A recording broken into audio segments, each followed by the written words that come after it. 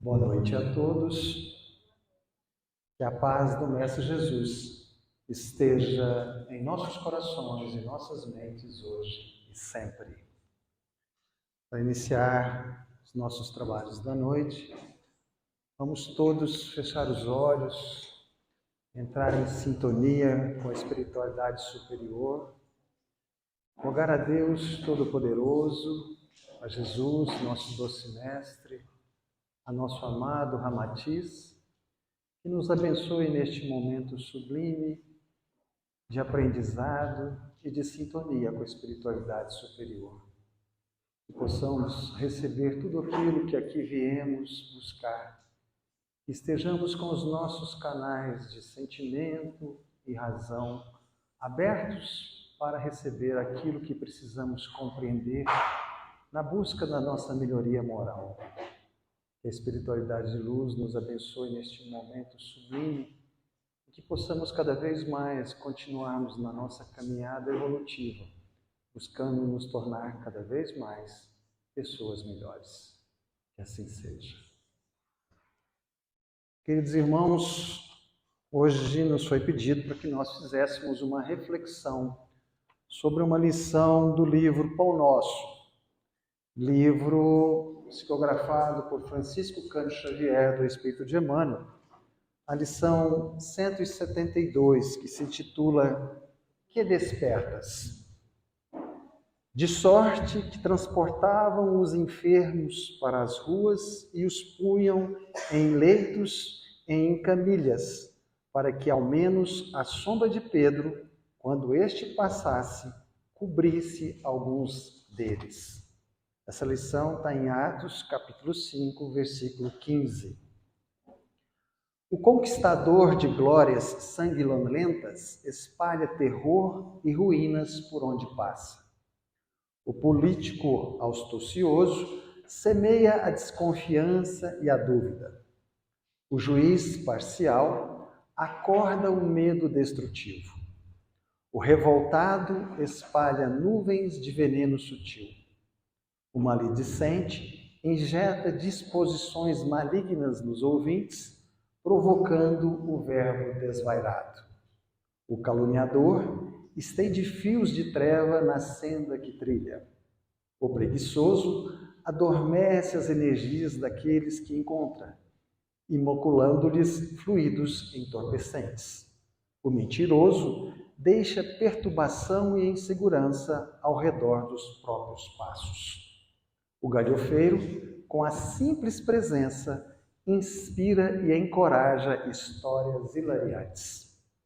Todos nós, através dos sentimentos, pensamentos, das palavras e dos atos, criamos a atmosfera particular que nos identifica aos olhos alheios. A sombra de Simão Pedro, que aceitara o Cristo e a ele se consagrara, era disputada pelos sofredores e doentes, que encontravam nela esperança e alívio, reconforto e alegria. Examina os assuntos e as atitudes que a tua presença desperta nos outros. Com atenção, descobrirás a qualidade de tua sombra e, se te encontras interessado em aquisição de valores iluminativos com Jesus, será fácil descobrires as próprias deficiências e corrigi-las. Muito bem, meus queridos irmãos, Emmanuel nos provoca nesta lição a olharmos para nós, a fazermos o que a doutrina espírita nos incita no sentido maior do nosso processo evolutivo, que é a busca do nosso autoconhecimento. É buscarmos nos conhecer, olhar para dentro de nós, olhar para como agimos, como vivemos, para que nós possamos ampliar esse horizonte no qual estamos inseridos. E lá no Evangelho segundo o Espiritismo, no capítulo 2, mais precisamente no item 5, a espiritualidade superior nos fala da importância que existe na nossa vida do conceito da vida espiritual.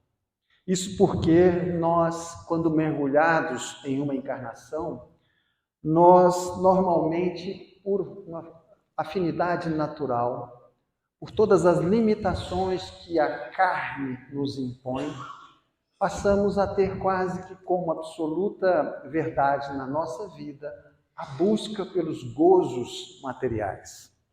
E lá, a espiritualidade superior nos fala que sim, é lícito e é normal que nós possamos buscar esses gozos da matéria, mas que o nosso processo evolutivo se baseia efetivamente muito mais do que nos gozos da matéria, mas sim na nossa capacidade de desenvolvimento espiritual. Porque essa vida física, ela é temporária, ela é passageira. E aí, nós vamos percebendo pela lição de Emmanuel como que é importante observarmos as escolhas que nós vamos fazendo. Emmanuel enumerou várias mazelas morais, nas quais muitos de nós talvez possamos estar inseridos e que muitas vezes as praticamos de uma forma, muitas vezes, sem querer, quase que alheio ao processo que está ocorrendo na nossa vida. E o que acontece? Nós vamos repercutindo processos equivocados de posturas, de formas de viver e, ao mesmo tempo, vamos criando grandes expectativas com a vida, pois queremos ser muito felizes, queremos ter muita paz, muita harmonia, muita tranquilidade, muita saúde, muito dinheiro no bolso, tudo de bom. O problema é que quando a gente cria grandes expectativas em cima de bases equivocadas da matéria, nós vamos acabar criando grandes frustrações. E aí, vem a doutrina espírita e joga luz de uma forma muito madura sobre o que nós estamos vivendo num planeta como o planeta Terra.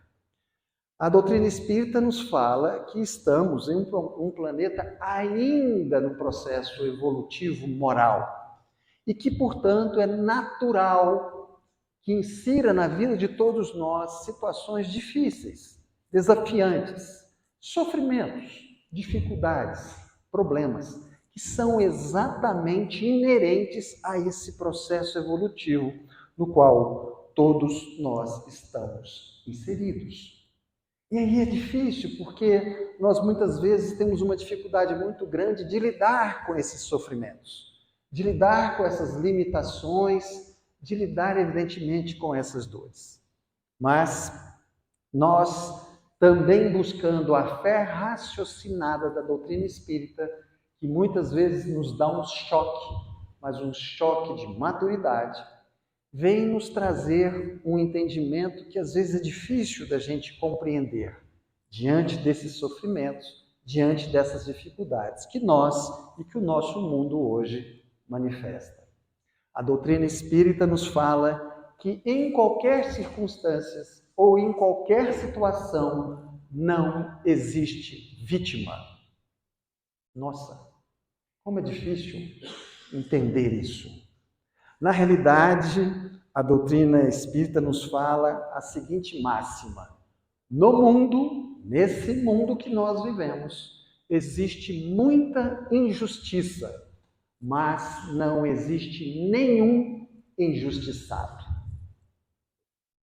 Incrível, né? Como que é impactante essa verdade do Espiritismo. No mundo não existe muita injustiça, mas nenhum injustiçado. O que a doutrina espírita está nos falando? Ela está corroborando com uma das leis cósmicas, como das leis de Deus, que é a lei da ação e da reação, que é aquela que nos afirma que nós, todos nós, de forma indistinta, somos herdeiros de nós mesmos. Que todos nós, de forma indistinta, colhemos o que plantamos. Mas como é difícil nós compreendermos naquele momento de dor, de sofrimento que nós estamos passando, que nós somos responsáveis por aquilo que estamos vivendo. Principalmente quando nós nos sentimos injustiçados. Então, se a gente não buscar o entendimento da fé raciocinada, da lógica espírita com relação a todas as leis de Deus que aplicam sobre todos nós, nós vamos entender ou então podemos escolher caminhos equivocados. O caminho, por exemplo, da rebeldia, o caminho da inaceitação, o caminho da violência, da agressão, o caminho do vitimismo, que nos leva a situações piores das que nós estamos vivendo. Por isso que realmente, às vezes, não é fácil a gente compreender esse processo que a doutrina espírita nos explica. Por quê? Porque através de vários processos reencarnatórios anteriores, nós fomos alimentando de forma atávica o sentimento de mendigos espirituais. Lá atrás, nós vivíamos rogando a Deus, a espiritualidade superior, aos espíritos de luz, ao nosso anjo da guarda, para que resolvessem os nossos problemas. Chegamos nessa encarnação e para que nós estivéssemos nessa encarnação tendo esse entendimento que já estamos tendo, nós fizemos por merecer. E aí a luz do Espiritismo da fé raciocinada nos fala o seguinte: sim, Deus em sua bondade infinita, em sua misericórdia infinita, nos auxilia de forma absoluta. Porém, somos nós os detentores da responsabilidade de resolver todos os problemas que nós vivemos. Afinal, fomos nós, através da nossa ignorância, através das nossas trevas morais, que construímos esses sofrimentos. Ao mesmo tempo que é difícil compreender e aceitar que nós somos os responsáveis pelo que estamos vivendo, nós temos também o alívio ou a liberdade de compreender que, sim, nós temos toda e total capacidade de resolver o que nós estamos vivendo. Afinal, Deus é amor, Deus é bondade, Deus é justiça, Deus é misericórdia. Portanto, nenhum de nós vive hoje um problema, um sofrimento, uma limitação que não tenha capacidade de enfrentar, de desenvolver e vencer. Se temos um problema hoje, seja ele de qual ordem for, temos plena capacidade de enfrentar e vencer.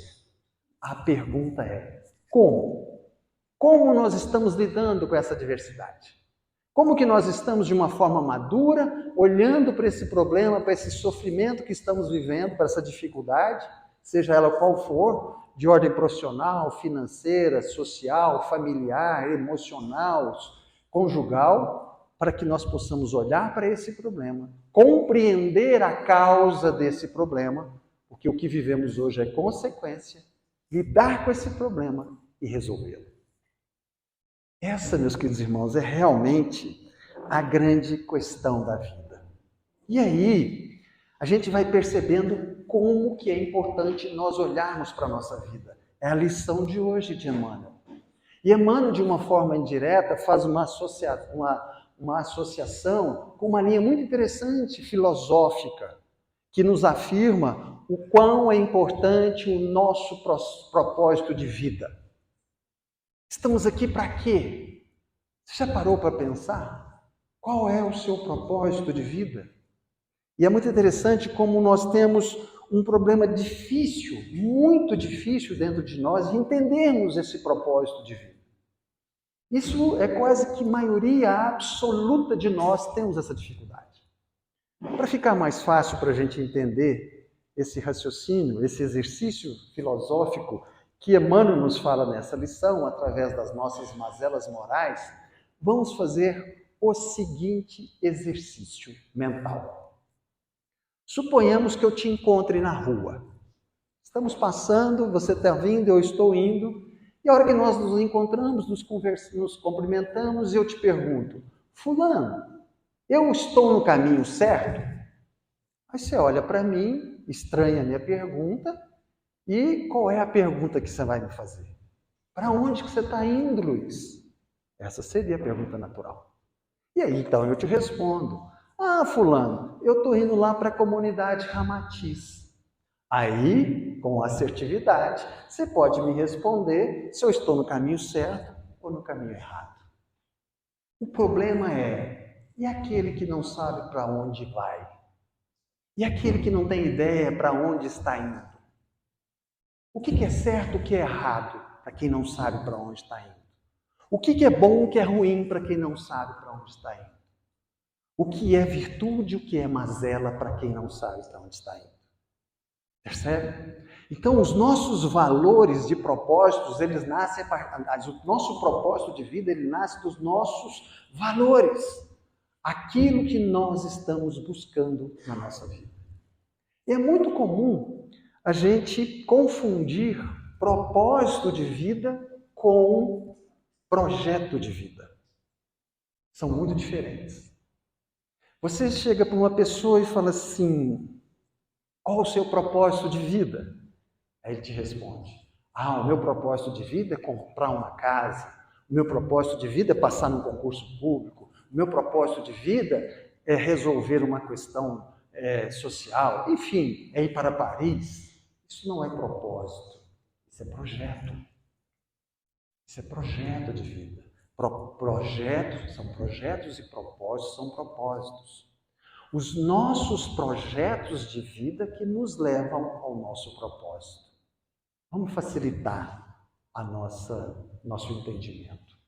Ora, quando eu defino que o meu propósito é um projeto, eu corro um risco terrível. Porque todo projeto de vida, ele nos traz dois problemas. Quando a gente consegue alcançá-lo e quando a gente não consegue alcançá-lo. Suponhamos que o seu projeto de vida é ir para Paris. Você vai para Paris.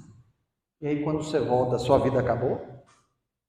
Não, meu propósito de vida, que na realidade é um projeto, é comprar uma casa. Aí você compra a sua casa, sua vida acabou? E o grande problema é que quando nós achamos que os nossos projetos de vida são um propósito, quando a gente consegue resolver, quando a gente consegue alcançar, a gente percebe que a vida é maior do que aquilo. Aí nós vamos atrás de outro projeto. E aí atrás de outro projeto. Atrás de outro projeto. E nunca vamos nos saciar, porque estaremos sempre buscar essa condição em algo que é perecível, que é passageiro, que é material. E quando a gente não consegue realizar o projeto, nós vamos nos sentir frustrados. Nós vamos nos sentir como os últimos indivíduos do planeta, o que não é uma realidade. Porque as adversidades nada mais existem para que nós possamos desenvolver as nossas potencialidades. Então nós vamos percebendo, meus queridos irmãos, que nós precisamos analisar a questão do nosso propósito. Projeto são situações que nós vamos construindo para que nos leve a um determinado ponto. Qual é o nosso propósito? O nosso propósito é o que a lição nos fala hoje, da nossa qualificação moral. Por quê? Porque a partir do momento em que eu vou para Paris e volto, mas essa viagem me transforma numa pessoa melhor, mais caridosa, mais bondosa, mais afetuosa, que perdoa mais, aí o projeto valeu. A pergunta é: o projeto que você está buscando tanto na sua vida, hoje, esse projeto está te fazendo ser uma pessoa melhor? E o incrível, meus queridos irmãos, é que em cima desse raciocínio filosófico, Jesus nos deixou isso de uma forma muito clara, perfeita. No Sermão da Montanha, o Sermão do Monte, que é o sermão ícone de Jesus, Jesus foi perguntado: qual o caminho correto para que eu possa ter um bom propósito de vida? Interessante, né? A gente muitas vezes não percebe isso no Evangelho, mas está lá. E aí a gente vai vendo como que os ensinamentos de Jesus são absolutamente atuais, contemporâneos. E aí, a hora que perguntam isso para Jesus, o que Jesus nos fala? Onde estiver o teu tesouro, aí estará o teu coração. Todos nós que estamos aqui já ouvimos essa lição de Jesus. O que Jesus está falando para nós com relação a essa questão das nossas escolhas? O que é teu tesouro? O que é o tesouro? Teu tesouro é aquilo que é o mais importante na sua vida. E a hora que Jesus fala o teu tesouro, o que ele faz? Ele te traz para o centro do palco. Qual é o centro do palco? A sua vida. Então, hoje, na sua vida, o que é o mais importante para você? O que é aquilo que você gasta mais energia, mais pensamento, que está nas suas orações, que você se dedica dia e noite, que você busca com todas as suas forças realizar? Esse é o teu tesouro. Mas Jesus aprofunda a lição quando ele fala: onde tiver o teu tesouro, ou seja, onde tiver aquilo que é o mais importante na sua vida, aí estará o teu coração. Esse coração que bate no peito? Não, é claro que não. Jesus falava por parábolas, Jesus falava por metáforas. O coração que Jesus está falando é o sentimento. Então, o que te leva a ter isso que você tem como a coisa mais importante da sua vida é o sentimento que você nutre por isso dentro de você. Percebem? Então, meus irmãos, a hora que a gente olha para a nossa vida, que a gente vê se a nossa vida está boa, se está ruim, se está confortável, se está desconfortável, se está equilibrada, se está desequilibrada, precisamos analisar quais são os nossos tesouros. Porque se o meu tesouro for comprar uma casa, comprar um carro, ter um corpo maravilhoso, ter poder, ter conhecimento iluminado e reconhecido intelectualmente, se eu quiser ser o melhor em termos de quaisquer questões materiais, se o meu tesouro for minha esposa, o meu esposo, os meus filhos, que também não deixam de ser um bem material, porque tudo isso é perecível, os meus sentimentos estão na materialidade. Então eu estou construindo algemas, porque por mais que eu ame a minha esposa, um dia ela vai desencarnar. Percebem? Por mais que eu adore a minha casa, o cargo que eu ocupo, o dinheiro que eu tenho na conta, um dia eu vou desencarnar. E esse é o meu sentimento que me leva àquele tesouro. E aí, qual os outros tesouros existem? Os tesouros também que nos trazem liberdade. Que é o tesouro quê? O tesouro verdadeiro, aquele tesouro que o ladrão não rouba e as traças não corroem. Qual é esse? A nossa transformação moral. É a nossa capacidade de nos colocarmos na condição de seres humanos melhores. Seres humanos que se desenvolvem através da sua qualificação moral, que desenvolvem o amor, a fraternidade, a bondade, o bom senso, que desenvolvem o perdão, a indulgência, a benevolência, a paciência, a disciplina. Porque esses tesouros os ladrões não roubam e nem as traças os comem.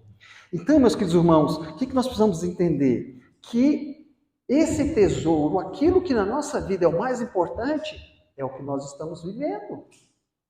A nossa vida está direcionada para isso. E aí eu te pergunto, até que ponto isso está te levando àquilo que você veio fazer nessa encarnação? Porque nós não encarnamos, meus queridos irmãos, só para comprar uma casa. A gente não encarna só para ir para Paris. A gente não encarna só para ocupar um cargo público ou ter muito dinheiro no banco. Não! Isso é um detalhe do processo encarnatório. Nós encarnamos para evoluir espiritualmente. E aí eu te pergunto, o tesouro que você elege hoje como a coisa mais importante da sua vida, está te elevando moralmente? Está te transformando numa pessoa moralmente melhor? Porque a gente pensa assim, eu gosto tanto de ir para o centro, eu vou lá para o Ramatiz, tomo um passe, escuto uma palestra, tomo uma água frutificada, faço um tratamento, é tão bom. E é mesmo. Nós precisamos muito disso para nos colocar de pé. Mas a nossa batalha, o nosso desafio evolutivo está lá fora. Está dentro da nossa casa, às vezes com parentes tão complicados, está no nosso trabalho, está na nossa sociedade, está na nossa transformação íntima. É isso que Emmanuel está nos falando, quando ele se refere a essas mazelas, porque nós vamos vivendo as nossas mazelas de uma forma comum. A normose passa a ser uma coisa comum. Sermos egoístas, sermos violentos, sermos agressivos, sermos orgulhosos, como se isso fosse o natural, e não é. Isso é o anormal. E aí, meus queridos irmãos, nós precisamos, sem dúvida, de entender essas ressignificações que Jesus está nos falando. E como que nós vamos fazendo isso? Olhando para nós mesmos. Olhando os nossos tesouros, que são os nossos sentimentos, que estão cada vez mais nos mostrando. E aí a gente pensa assim, como é que pode, né? Como é que esse processo se desenvolve? Como é que eu faço então para me melhorar moralmente? Como é que eu faço para me transformar moralmente? Existe uma história muito interessante, oriental, que conta o seguinte. Certo dia, um discípulo chegou para o mestre e perguntou o seguinte: Mestre, eu não entendo para que vocês leem tanto. Vocês leem 3, 4 livros por mês, centenas no ano. Para que vocês leem tantos livros? Vocês não conseguem lembrar de tudo que vocês leram? Para que isso? Que bobagem é essa? Aí o mestre olhou para ele, deu um sorriso compassivo, né? E falou o seguinte: antes de eu te responder, eu quero que você faça um experimento para mim. Pega aquela peneira ali e vai até aquele rio e traga água na peneira para mim. Aí o discípulo parou e pensou com ele mesmo: mas como que eu vou fazer isso? Uma peneira dessa, né? Os buracos são grandes, uma peneira grossa. A peneira não vai reter a água. Mas, como eu sou um discípulo, eu sou disciplinado, eu vou fazer o que o mestre mandou. Ele foi lá, pegou a peneira e foi ao rio. Transpassou a peneira na água, não reteve água. 2 vezes, não reteve. 3 vezes, não reteve. 4 vezes, não reteve. E ele pensou, claro que não ia reter, eu sabia disso. Vou fazer mais uma vez, mas não tem como. Passou pela 5ª vez e não reteve a água. Voltou e conversou com o mestre. Mestre, o que me pedistes é impossível. A peneira não retém água. E aí o mestre virou para ele e falou assim, é por isso que a gente lê muitos livros. Se você parar para perceber, a peneira agora está muito mais limpa do que a hora que você chegou no rio. Nós lemos vários livros, porque a cada livro que a gente lê, nós vamos pensando pequenas coisas minúsculas que vão ficando no nosso psiquismo e aquilo nós vamos adquirindo valores morais elevados, que vão nos dando uma estrutura. Ou seja, ao final de um ano, nós passamos a adquirir uma sabedoria que nem mesmo nós sabemos que temos. O que essa lição está nos explicando? Que o nosso desenvolvimento moral é dia a dia, é tijolinho por tijolinho, é com cada pessoa que nós o encontramos, é com cada situação difícil que nós temos em casa, e situação difícil que temos no trabalho, situação difícil que estamos na rua. Esse é o processo evolutivo. E aí, meus irmãos, quando a gente percebe esse processo, nós vamos entender algo que é muito, mas muito interessante mesmo, muito interessante. Nós achamos que nós somos o que nós pensamos, e não é a verdade. A nossa essência vai muito além do que nós pensamos. Percebe como nós precisamos ampliar o nosso horizonte? Nós somos muito mais do que nós pensamos. E Emmanuel nos explica de forma maravilhosa, corroborando com esse ensinamento de Jesus e que ele fala, inclusive, nessa lição. O que Emmanuel nos explica? Tudo que nós já vivemos nessa encarnação e nas vidas passadas, tudo que nós estamos vivendo nessa encarnação, nesse momento, e tudo que nós vamos viver nessa encarnação e nas próximas passa por 4 etapas. 4 etapas. Não importa se você está encarnado ou desencarnado. Segundo Emmanuel, primeiro nós sentimos, depois nós pensamos, depois nós falamos e depois nós agimos. Então é mais ou menos assim. Se eu penso no ódio que eu tenho do João, é porque eu senti o ódio que eu tenho por ele. Ou seja, eu sinto um sentimento que pode ser bom ou ruim, em frações de segundo eu faço um pensamento em relação àquele sentimento. Esse pensamento cria um campo energético que gera um processo energético e vibracional no meu psiquismo, na minha psicosfera, aquilo que me envolve. A partir do momento em que essa energia passa a vibrar em mim, eu falo, eu verbalizo para mim mesmo ou para alguém fora. E a partir disso eu ajo. Lembrando que não fazer nada também é uma ação. Então, nós precisamos o quê? Olhar, perceber, analisar, estudar os nossos sentimentos. Mas, Luiz, é tão difícil. Como é que eu faço para saber o que eu estou sentindo? Pense sobre o que você está pensando. A partir do momento em que eu pensei que eu tive um pensamento de ódio pelo João, por que eu tenho ódio do João? Ah, eu tenho um sentimento de ódio pelo João, sim, porque o João pisou no meu pé. Mas espera aí, se o João pisou no meu pé, foi sem querer, ele não viu, então eu qualifico e tenho que perdoar. Não, o João pisou no meu pé de propósito, ele queria me machucar. Mais uma razão para eu me qualificar e perdoar. Percebe? Nós só vamos mudar a nossa vida se nós mudarmos os nossos sentimentos. E o caminho para mudar os nossos sentimentos está nos nossos pensamentos. Então é uma nova postura para olhar para nós mesmos e redirecionarmos, porque o que estamos vivendo hoje são consequências das causas dos nossos sofrimentos lá atrás. E esse lá atrás pode ter sido hoje cedo. Percebe? Então nós vamos percebendo como que a doutrina espírita vai jogando luz e nos mostrando que sim, os problemas têm soluções, por completo, mas que nós precisamos fazer diferente, entender diferente, lidar diferente com os outros, não conosco mesmo. Conosco mesmo.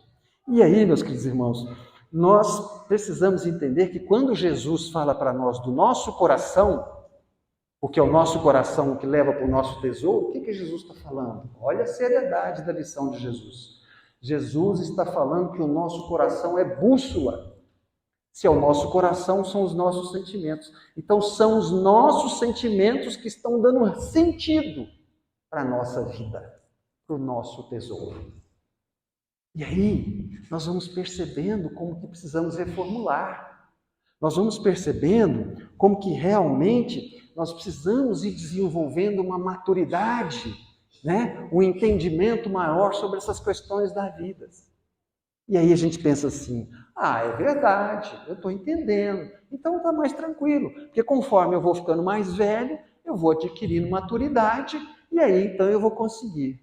Isso é uma mentira, isso é uma balela. Maturidade não vem com o tempo. Maturidade é uma escolha. Existem indivíduos com 20, 30 anos de idade que são maduros e existem indivíduos com 70, 80 anos que não são maduros. É uma escolha, porque a partir do momento em que eu lido com situações difíceis, com problemas, e eu compreendo qual é a minha atuação naquela situação e eu reformulo, eu escolhi a maturidade espiritual, que é o que Emmanuel está falando da sombra de Pedro, aqueles que estavam doentes e queriam pelo menos sentir a sombra de Pedro. Porque Pedro, quando acata a questão de Jesus na sua vida, Jesus já estava crucificado. Pedro só foi despertar para a cristandade que Jesus trouxe para ele depois que Jesus já estava desencarnado. Percebem? A pergunta é, qual será o tamanho do sofrimento e da dívida que nós vamos ter que contrair para despertar como Pedro despertou? Porque aí aquela máxima, né? Aquela historinha do Espiritismo que não vai pelo amor, vai pela dor. Mas a gente precisa sofrer? Claro que não. O Espiritismo nos fala, nenhum de nós está aqui encarnado para sofrer. Como não? Imagina. Como é que não? Não. Nenhum de nós está aqui para sofrer. Estamos todos aqui para sofrer. E é interessante, porque vamos de novo lá no Evangelho segundo o Espiritismo, lá no capítulo 5, que se intitula Bem-aventurados os aflitos. Também de Jesus lá no Sermão do Monte, no Sermão da Montanha. O que Jesus está falando? Bem-aventurados os aflitos. Felizes aqueles que sabem sofrer. Porque sofrer todos nós vamos, porque é inerente ao nosso processo evolutivo. Porque esse processo evolutivo nos imputa a necessidade de escolha. Sempre teremos que escolher. Até quando não escolhemos, estamos escolhendo não escolher. É uma lei de Deus, é uma lei cósmica. É a lei do livre-arbítrio, temos que escolher o tempo todo. Então, já que nos cabe a responsabilidade de escolher, a questão é, o que estamos escolhendo? Qual é o nosso tesouro? E sim, eu concordo, é uma lição difícil, porque ela nos traz muita responsabilidade. Ela joga sobre os nossos ombros um peso. Mas, meus queridos, É exatamente o patamar evolutivo que nós nos encontramos. E isso é uma bênção. Isso é uma bênção, por incrível que pareça.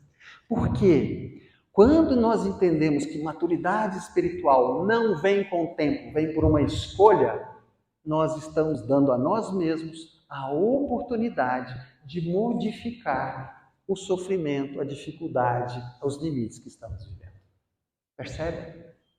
É isso que nós precisamos compreender. E é muito interessante porque a grande oportunidade que nós estamos vivendo é exatamente esse momento encarnatório. A doutrina espírita nos fala, indo já aqui para o nosso final da reflexão, a doutrina espírita nos fala que estamos vivendo a plenitude da transição planetária. Já estamos vivendo, sim, um ciclo de regeneração. Saindo do processo de provas e expiações e entrando num ciclo de regeneração. Um ciclo de regeneração, meus queridos irmãos, planetário, é um ciclo de transição. O processo de regeneração ele funciona assim. No início, o mal prepondera sobre o bem. Alguém tem dúvida que o que nós estamos vivendo hoje no nosso planeta, o mal está preponderando sobre o bem? Quantas guerras, quanta dor, quanta miséria, quanto egoísmo, quanta violência, quanta droga, quantas cisanes, enfim. A gente olha para o noticiário, dá até medo. Sim, mas nesse processo de regeneração planetária, lá no final, o bem prepondera sobre o mal. Nem mentira vai ter, nem inveja vai ter, nem ciúme vai ter.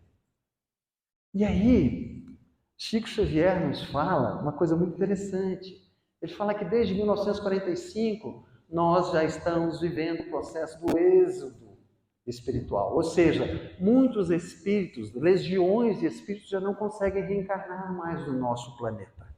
Já não conseguem reencarnar mais no nosso planeta. E aí, o que é isso? Nada mais, nada menos do que Jesus nos explicou: separação do joio e do trigo.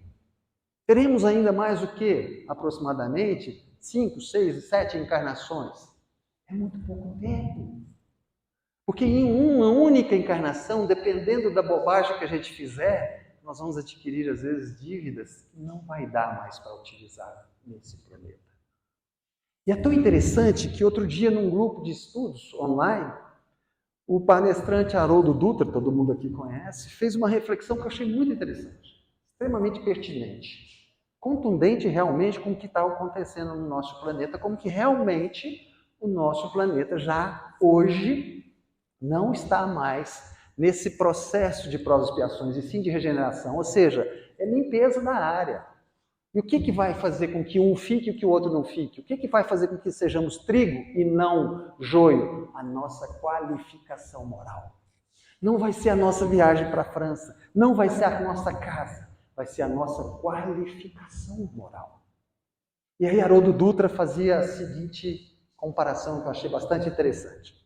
Em 1940, Chico Xavier estava psicografando o livro Nosso Lar. Né? Esse é o filme aí, o 2 agora. E no filme e no livro, Chico Xavier psicografa André Luiz lá no umbral. Umbral lotado, cheio de gente. Em 1940, o nosso planeta tinha 2 bilhões de pessoas encarnadas.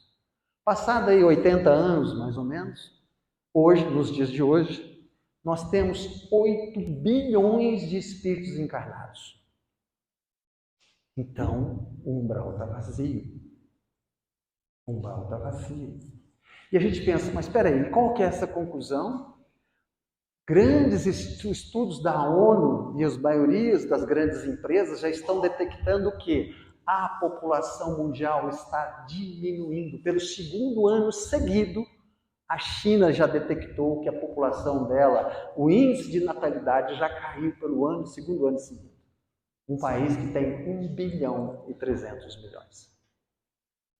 A taxa de natalidade da Europa já está em queda há muito tempo. A taxa de natalidade no Brasil está 1,6, deveria estar em 2,1 para manter essa curva ascendente. Então está encarnando muito menos gente. A pergunta é, onde é que nós estamos nesse mar? Qual é o barco que nós estamos navegando? Percebe? Nossa, que coisa catastrófica. Não é não. Por quê? Porque é um processo evolutivo. Só evolui quem desperta. E qual é o grande problema? O grande problema da lei cósmica é que ninguém pode evoluir por nós. Ninguém pode fazer a nossa transformação moral. Ninguém pode perdoar por nós. Ninguém pode amar por nós. Somos nós que precisamos realizar isso em nós mesmos. Depende do quê? Do nosso livre-arbítrio. Percebem, meus irmãos? Como que realmente nós precisamos estar alerta? Porque o momento realmente não é a questão de uma questão catastrófica, que o mundo vai acabar. Não, o mundo vai se transformar e tem que se transformar, porque o processo evolutivo é uma lei de Deus. É a lei da evolução. Ela é a lei da evolução. Queiremos ou não, tudo evolui no universo. O nosso planeta Terra está evoluindo. Por que os indivíduos não conseguem mais reencarnar no planeta Terra? Porque eles, recalcitrantes no mal, têm os sentimentos ruins vibrando dentro de si. Essa vibração não conjuga mais com certos padrões vibracionais do planeta. Ele não consegue reencarnar aqui. Ele não consegue fazer com que um esperma fecunde um óvulo. E aí ele tem que fazer o quê? Migrar para outros planetas. Mais atrasados, mais primitivos. E recomeçar essa caminhada. Então, quando nós temos esse entendimento, nós percebemos a nossa responsabilidade conosco.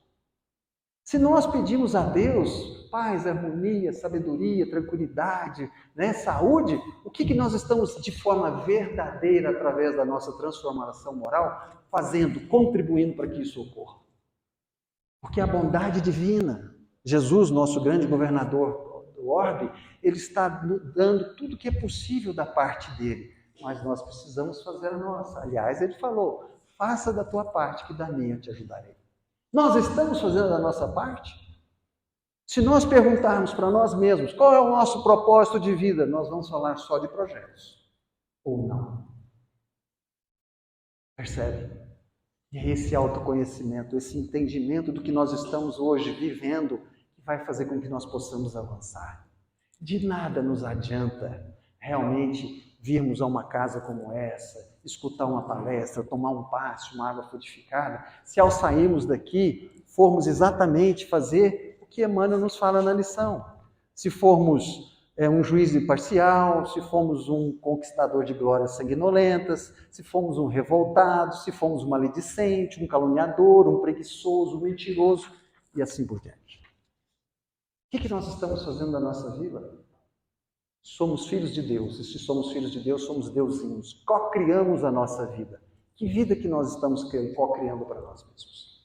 E não adianta pôr responsabilidade no esposo, na esposa, nos filhos, no presidente da república, no patrão, no empregado.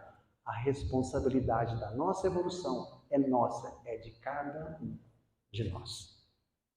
Que possamos então, queridos irmãos, com essa luz que a doutrina espírita, através da fé raciocinada, nos traz, compreender o que estamos vivendo e entender para onde nós estamos indo, porque é o nosso coração, ou melhor, o nosso sentimento, a bússola que está nos levando para o nosso futuro.